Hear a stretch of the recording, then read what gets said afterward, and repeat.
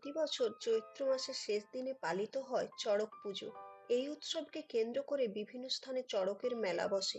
লোকমুখে প্রচলিত আছে যে 1485 খ্রিস্টাব্দে সুন্দরানন্দ ঠাকুর নামে এক রাজা এই পুজোর প্রথম প্রচলন করেন। কথিত আছে এই দিনে শিব উপাসক বান রাজা কৃষ্ণের সাথে যুদ্ধে ক্ষতবিক্ষত হয়ে মহাদেবের আরাধনা করে অমরত্ব লাভের আকাঙ্ক্ষায় ভক্তিসূচক নাচ গান ও নিজের গায়ে রক্ত দিয়ে ভগবান শিবকে তুষ্ট করেন। সেই স্মৃতিতেই এই উৎসব পালন করা হয়। পুজোর আগের দিন চড়ক গাছটিকে ধুয়ে মুছে পরিষ্কার করা হয় এবং এর উপর জল ভরা একটি পাত্রে শিবলিঙ্গ রাখা হয়ে থাকে। এই পুজোর বেশ কিছু প্রথা রয়েছে যা আজও নিষ্ঠার সাথে পালন করা হয়।